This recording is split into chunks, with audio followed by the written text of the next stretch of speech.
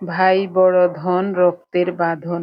এই বাঁধন যদি নড়বড়ে হয়ে যায়, মন যে কত খারাপ থাকে আপনারাই বুঝে নেবেন। যাদের এই বাঁধনটা মজবুত আছে তারাই বুঝবেন বেশি। কি জন্য এই কথাটা বললাম একটু পরে সব জানাবো আপনাদের। নমস্কার, আমি স্বপ্না। দেশ এবং দেশের বাইরে যে যেখান থেকে ভিডিওটি দেখছেন আপনাদের সবাইকে অনেক অনেক শুভেচ্ছা। স্বপ্নাস ব্লগে সবার আমন্ত্রণ।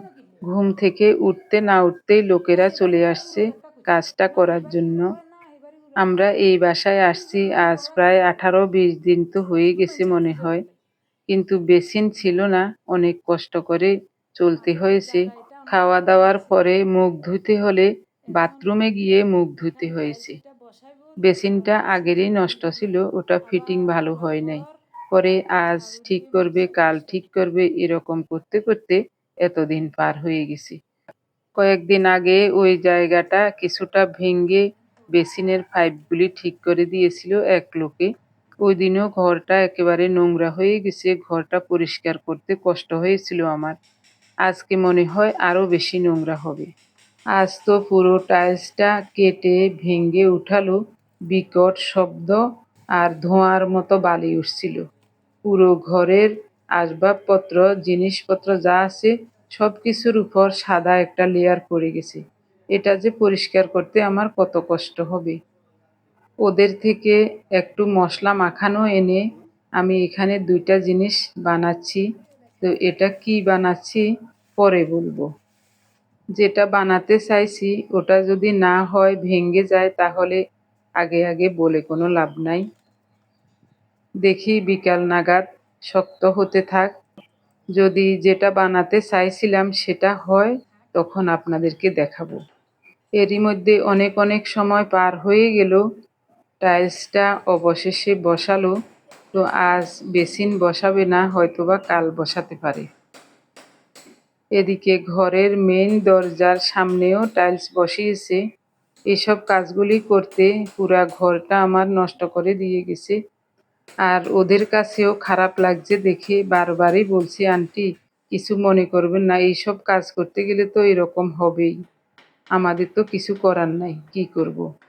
এই দরজার সামনের এই কাজটাও বাকি ছিল, এটাও করছি।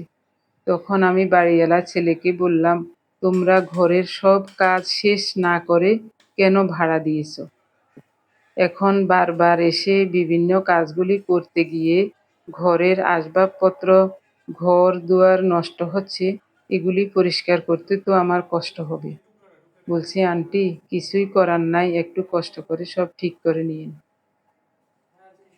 মোটামুটি ওদের কাজ শেষ হয়ে গেছে, জিনিসপত্র নিয়ে যাচ্ছে। ওই 2টা ছেলে, ওরা বলছে, আন্টি সব কিছু নিয়ে যাচ্ছি, দরজা বন্ধ করে এবার আস্তে আস্তে সব পরিষ্কার করেন। এরই মধ্যে পার্থর জন্য অল্প একটু ভাত রান্না করেছিলাম, গতকালের তরকারি ছিল, তো ও খেয়ে চলে গেছে। এখন ঘর পরিষ্কার করার কাজ শুরু করব। প্রথমে কোনটা দিয়ে শুরু করব ভেবেই পাচ্ছি না। 2 রুমের দরজা বন্ধই ছিল, ওদিকে বালি যায় নাই, কিন্তু হঠাৎ করে ওরা না বলে একটা টাইলস কাটাতে 2 রুমে বালি ঢুকে একেবারে সাদা হয়ে গেছে। আমিও খেয়াল করি নাই, একটা কাজে ব্যস্ত ছিলাম। পরে ওদেরকে বলাতে ওরা বলছে, আন্টি আমরা তো ভাবছিলাম দরজা বন্ধ, দরজা যে খোলা ছিল ওদিকে খেয়াল করি নাই।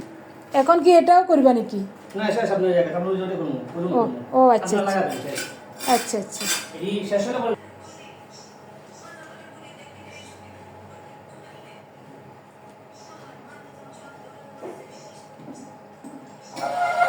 এই রুমটাতে বেশি ময়লা হয়েছে, প্রথমে এই রুমটা পরিষ্কার করে নিই। সোফার ফোমগুলির উপরও বালি পড়ে সাদা হয়ে গিয়েছে, ওগুলি ঝেড়ে নিয়েছি ভালোভাবে। এখন পরিষ্কার করে ঝাড়ু দিয়ে মুছে তারপরে ফোমগুলি আবার বসাবো। প্রতিদিনের মতো নতুন একটি পর্ব সাজানোর প্রয়াস করছি।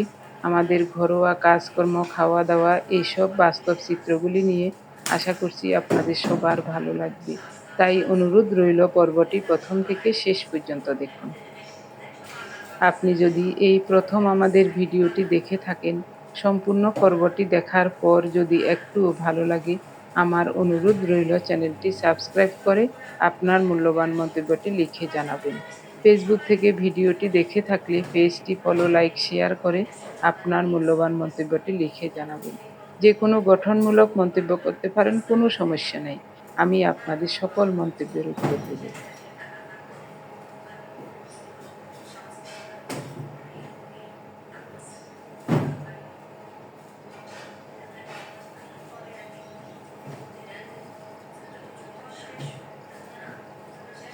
নিচের ফোমগুলোর উপর কাপড় বিছিয়ে দেওয়াতে রক্ষা পেল কিছুটা, না হয় এতদিনে অনেক ময়লা হয়ে যেত। এজন্যই পুরাতন বিছানা চাদর কেটে ওই নিচের ফোমগুলির উপরে ঢাকা দিয়ে রাখি। কাটা চাদরটাকে আবারও ঝেড়ে নিয়ে ফোমের উপর বিছিয়ে ভালো করে মুড়িয়ে দেব। এদিকে বাইরের হাওয়ার কারণেও পুরো ঘরটা ভরে গেছে। হাওয়া না থাকলে কিন্তু হয়তোবা এত ভরতো না। জানালা বন্ধ করলে গরমে থাকা যায় না, আর পাখা ঘুরলে তো পুরা ঘরের হযবর অবস্থা হয়ে যাবে। ভীষণ মুশকিলে পড়েছিলাম। তো এখন কষ্ট আমারই হবে, অনেক সময় লাগবে। আমার মনে হচ্ছে যেদিন প্রথম এই বাসায় আসছিলাম যত পরিশ্রম হয় নাই, আজ আমার ততটাই পরিশ্রম হবে।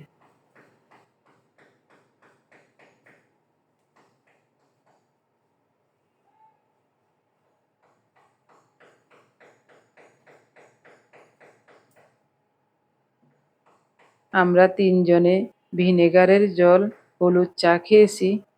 এরপরে পার্থ ভাত খেয়েছে, আমরা দুজন আম মুড়ি খেয়েছি।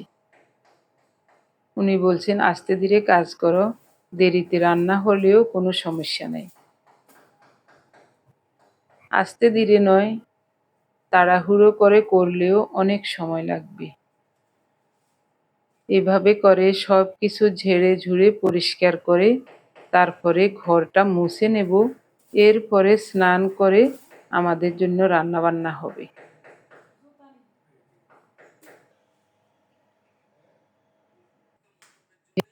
এরই মধ্যে অনেক সময় পার হয়ে গেল। 2 রুম, আবার সামনের এই রুমটা ঝেড়ে ঝুড়ে পরিষ্কার করে নিয়েছি। সামনের রুমে অনেক বালি ছিল, ওগুলি প্রথমে ঝাড়ু দিয়ে বেলচাতে উঠিয়ে ওই বাইরে ওদের বস্তায় ঢুকিয়ে দিয়েছি। জায়গায় জায়গায় পা মোছার জন্য যত কাপড় চোপড় আছে সব কিছু ধুয়ে মুছে পরিষ্কার করতে হবে। ঘর ঝাড়ু দেওয়া হয়ে গেছে, 2টা বারান্দাও পরিষ্কার করে ঝাড়ু দিয়ে নিয়েছি।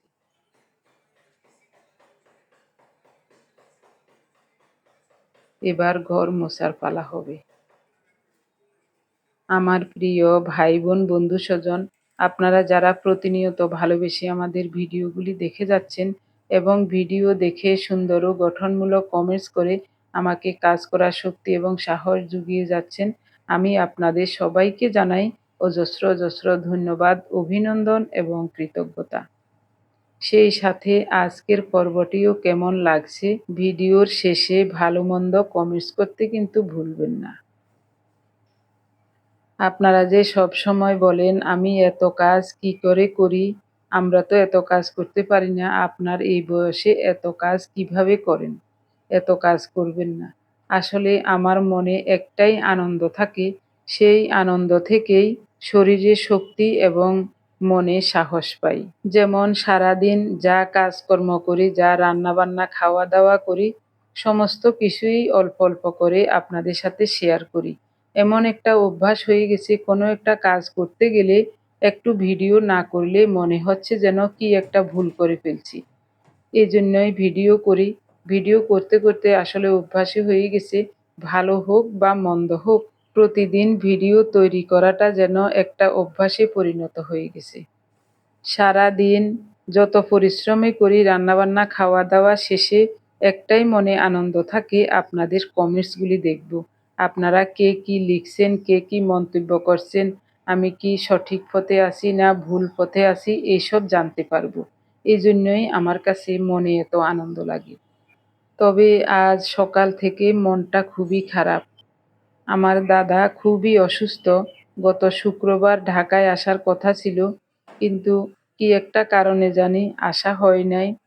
তো প্রতিদিনই ফোন দিয়ে খবর রাখছি, ভিডিও কলে কথা বলছি, কিন্তু গতকাল সন্ধ্যার সময় ফোন দিয়ে জানতে পারলাম দাদার শারীরিক অবস্থা আরো অবনতি হয়ে গেছে।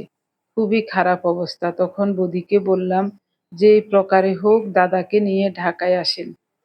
আমার দাদার ছেলে সত্যজিৎ বর্তমানে ঢাকায় আছে, ওর পরীক্ষা চলছে, তার জন্য বাড়িতেও যেতে পারছে না। তাই বৌদিকে বললাম, যেভাবে হোক দাদাকে নিয়ে ঢাকায় চলে আসুন, ঢাকায় আসলে একটা ব্যবস্থা হবে। এদিকে আমার মেজো ভাই রতনের সম্বন্ধী দাদাকে ডাক্তার দেখানোর ব্যবস্থা করছেন। উনি খুব বিচক্ষণ মানুষ, অবশ্যই ভালো ডাক্তার দেখানোর ব্যবস্থাই করবেন, আমাদের সবার বিশ্বাস। কারণ অতীতেও উনি অনেক অনেক ভালো কাজ করেছিলেন। ওনার কারণেই আমরা ভালো ভালো ডাক্তারদের সান্নিধ্য পেয়ে আমার মেয়েদের যখন বাচ্চা হয়েছিল, তখন ওনার কারণেই এত বড় হসপিটালে গিয়ে হঠাৎ করে জায়গা পেয়েছিলাম এবং ভালো ডাক্তার দেখিয়ে নিরাপদে কাজগুলি সেরে বাসায় আসতে পেরেছি এবং সবাই নিরাপদে আছে। এই জন্যই ওনার উপর এত ভরসা। আজ 2 দিন ওনাকে অনেক বিরক্ত করছি শুধু একটা ভালো ডাক্তারের সিরিয়াল দেওয়ার জন্য। উনি বলছেন কোনো সমস্যা নাই, আগে রুগী নিয়ে আসুন, আমি ডাক্তারের ব্যবস্থা করছি। মনটা ভীষণ খারাপ থাকাতে রান্নার সময় আর ভিডিও করি নাই। মাঝে মাঝে বৌদির কাছে ফোন দিয়ে দাদার খবর বার্তা নিচ্ছি, এদিকে সেদিকে সবার সাথে কথাবার্তা বলছি। এইসব করতে করতে অনেক অনেক সময় পার হয়ে গেছে। এখন দিনের প্রায় 4টা বাজে। রান্না করেছি পেঁপে ডাল, পটল উচ্ছে ভাজা আর ট্যাংরা মাছের ঝাঁকা ভাজা। এইমাত্র ভাতের মাড় ঝরিয়ে আনলাম। ভাতও গরম, তরকারিও গরম। সারাদিন অনেক পরিশ্রম হয়েছে। এখন নিশ্চয়ই খাবারটা অমৃতসম লাগবে। দেখুন আপনারাও। তবে মন দিল খুবই খারাপ, মনে একটুও শান্তি নেই। আমার দাদা ঢাকা এসে পৌঁছানো পর্যন্ত আমাদের মনে শান্তি নেই। ঠাকুর যদি মঙ্গল মতো রাখেন, আগামীকাল ঢাকায় এসে পৌঁছাবেন। আপনারা যারা আমার দাদাকে আগে দেখেছেন, 4-5 বছর আগে, তারা আমার দাদাকে দেখলে অবাক হয়ে যাবেন। তো 4-5 বছর আগে তো আমার ইউটিউব এবং ফেসবুকের বন্ধুদের সাথে আমার সান্নিধ্য হওয়ার ভাগ্যে জোটে নাই। এই কথাটা বলছি শুধু আমাদের আত্মীয় স্বজন, পাড়া প্রতিবেশী যারা আছেন, যারা আমার দাদাকে দেখেছেন, দাদার সাথে কথা হয়েছে, তাদের কথাই বলছিলাম। তারা আমার দাদাকে দেখলে অবাক হয়ে যাবেন। তারাও অনেকেই আমাদের ভিডিও দেখেন, এজন্যই কথাটা বলছি। আমার দাদা যেমন লম্বা তেমন সুঠাম দেহের অধিকারী ছিলেন, সুন্দর ছিলেন, সুশ্রী, ভদ্র, নম্র, বিনয়ী ছিলেন। সেই দাদা কিভাবে যে এরকম মজে গেল, আমাদের কাছেই অবাক লাগে। দাদার আগের কথা মনে পড়লেই বুকটা যেন হু হু করে কেঁদে ওঠে। বয়সে আমার 3 বছরের বড়। প্রায় 10-15 দিন আগে একদিন দাদার সাথে কথা বলছিলাম। দাদা কিন্তু সবাইকে চিনতে পারে না, আমাকে চিনতে পারে।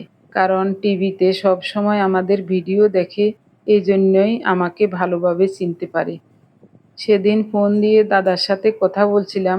দাদাকে যখন বললাম, দাদা আমাদের বাসায় আসবেন, বলছে হ্যাঁ স্বপ্না, আমি তোর কাছে যাব, তুই আমাকে নিয়ে যা। তখন আমি বললাম, দাদা আপনি আসলে থাকবেন তো?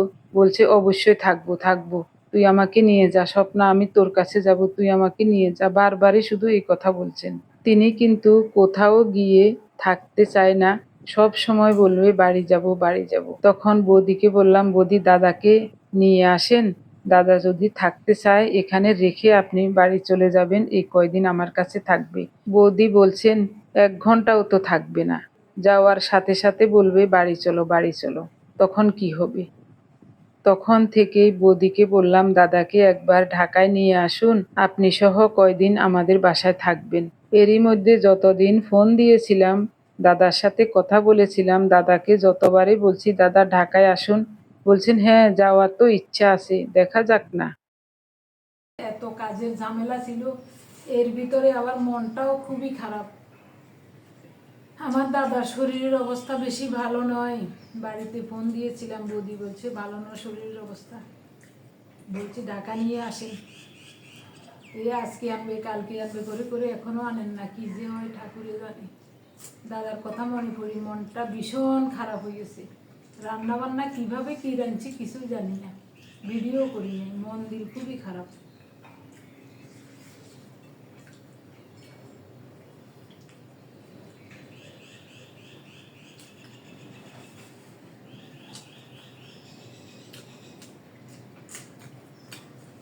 কি সুঠাম দেহের অধিকারী আছিল আমার দাদা।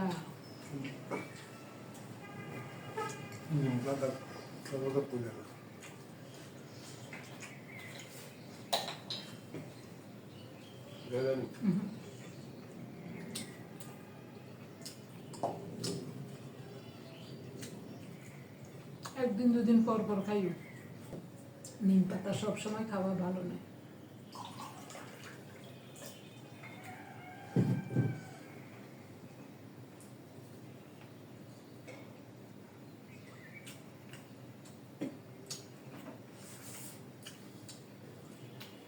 তিনটা পটল, একটা উচ্ছে ভাজা করছি।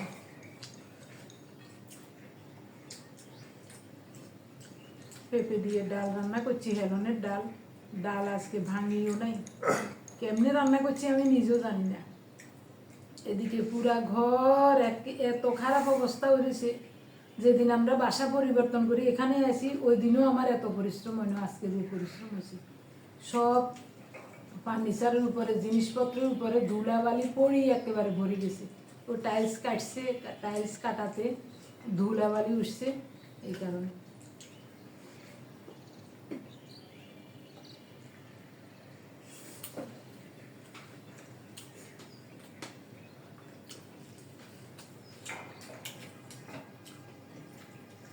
ওগুলি ধুই মুছি পরিষ্কার করতে করতে অবস্থা খারাপ হয়ে গেছে।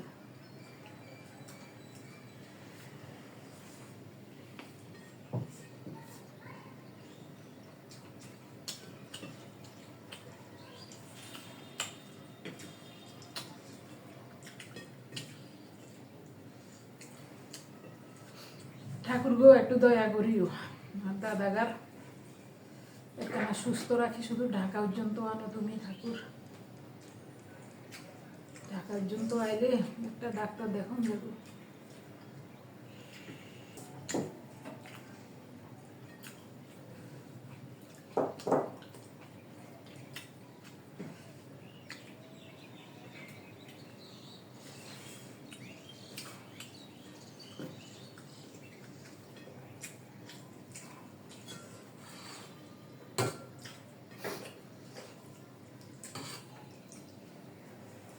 হেলনের ডাল গোটা গোটা রয়ে গেছে আজকে, ভাঙি নাই।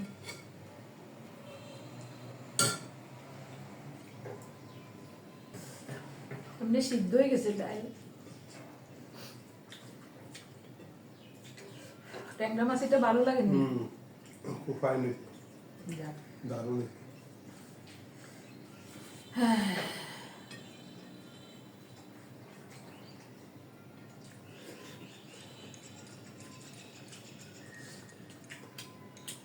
পেঁপে ডালও খারাপ হয় না, তবে লবণ বেশি হয়েছে একটু।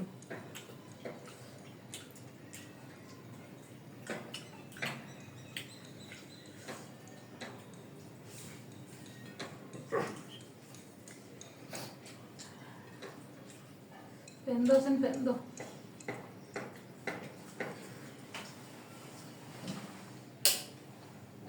আমার প্রিয় ভাই বোন বন্ধু স্বজন, ইউটিউবে গতকালের ভিডিও এবং আগের অনেকগুলো ভিডিও দেখে আপনারা যারা কমেন্টস করেছিলেন সবার নামগুলি আমি খাতায় লিখে নিয়েছি।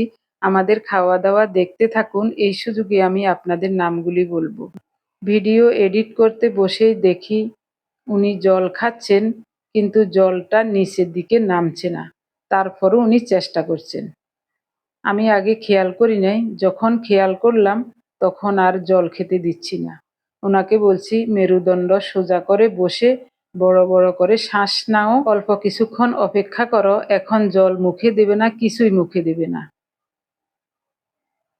বড় বড় করে শ্বাস নিলেন, তারপরে জল খাচ্ছেন। যেই জল মানুষের জীবন বাঁচায়, আবার সেই জলই কোনো কোনো সময় মানুষের মহা বিপদের কারণ হয়। প্রায় সময় ভাত খেতে বসলে ওনার এই ধরনের সমস্যা হয়।